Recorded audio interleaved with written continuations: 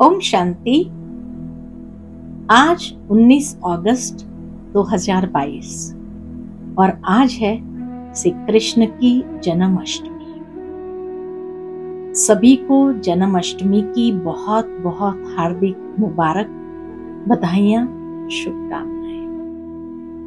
अक्सर मनुष्य के मन में ये प्रश्न जरूर उत्पन्न होता है कि श्री कृष्ण के साथ जन्म जयंती या श्री कृष्ण रात को 12 बजे जन्मे, फिर कृष्ण रात्रि नहीं कहते हैं, जन्माष्टमी क्यों कहते हैं? जन्माष्टमी इसीलिए कहते हैं कि श्री कृष्ण सतयुग का प्रथम राजकुमार है और सतयुग आदि से वो पाठ बजाते हैं।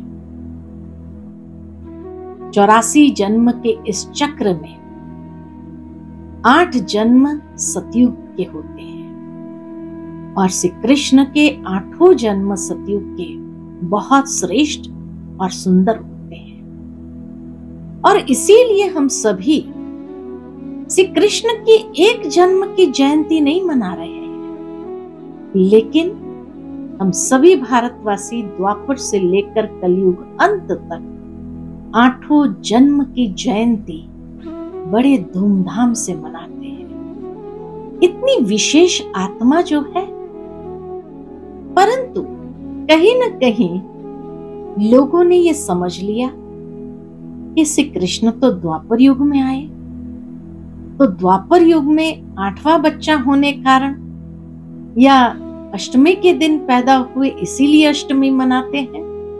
नहीं, सबसे बड़ी बात है कि श्री कृष्ण द्वापर युग में नहीं, सतयुग में आए हैं। सतयुग का प्रथम राजकुमार है। आप कहेंगे कैसे? एक भजन भक्ति मार्ग में हम सभी ने गाया है, श्री कृष्ण गोविंद हरे मुरारी, हे नाथ नारायण नमः वासुदेवा। उसमें श्री कृष्ण के एक ही जन्म की सारी झलकियां बता दी। बचपन में जिसको श्री कृष्ण कहा, थोड़ा बड़ा हुआ, ग्वाल बाल बना तो गोविंद कहा, और बड़ा हुआ, रास लीला रचाई, महारास किया तो हरे मुरारी कहा, और जब वही राज गद्दी पर बैठते हैं तो फिर नाम परिवर्तन हो जाता है नाथ नारायण।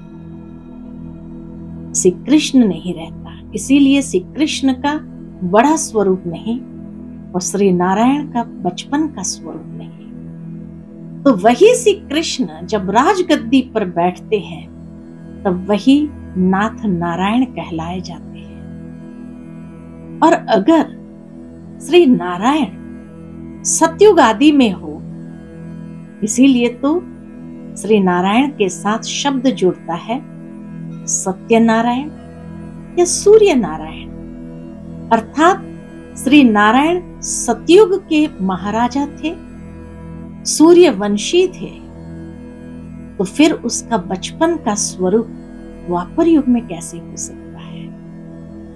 जरूर श्री कृष्ण भी सतयुग का प्रथम राजकुमार। इसीलिए श्री कृष्ण के जन्म के विषय में कई कहानियां भी है। दिखाते हैं कि पीपल के पत्ते पर श्री कृष्ण अंगूठा चूसता हुआ इस संसार में आया। एक तरफ दिखाते हैं देवकी का 8वां पुत्र जेल में जन्म लेता है, दूसरी ओर दिखाया कि पीपल के पत्ते पर समुंदर में तैरता हुआ, अंगूठा चूसता हुआ वो आया।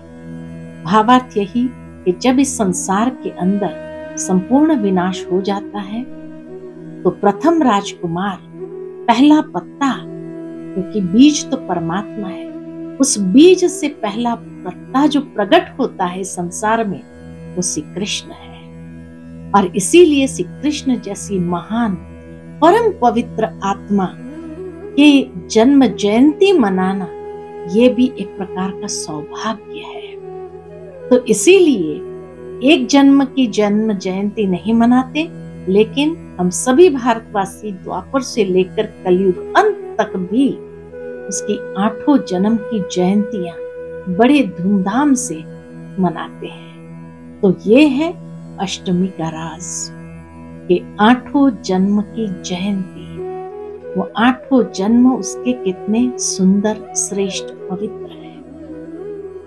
आज के दिन हम भी ये संकल्प करें, स्वयं में ही ये दृढ़ संकल्प धारण करें कि हम भी इस अंतिम जन्म में ऐसा पुरुषार्थ करें, इतना स्वयं को पवित्र पावन बनाए, जो हम भी सतयुग आदि में श्री कृष्ण के साथ प्रथम जन्म में ही कोई न कोई रूप में, चाहे गोप गोपियों के रूप में ही साथ में आने का सौभाग्य मिले।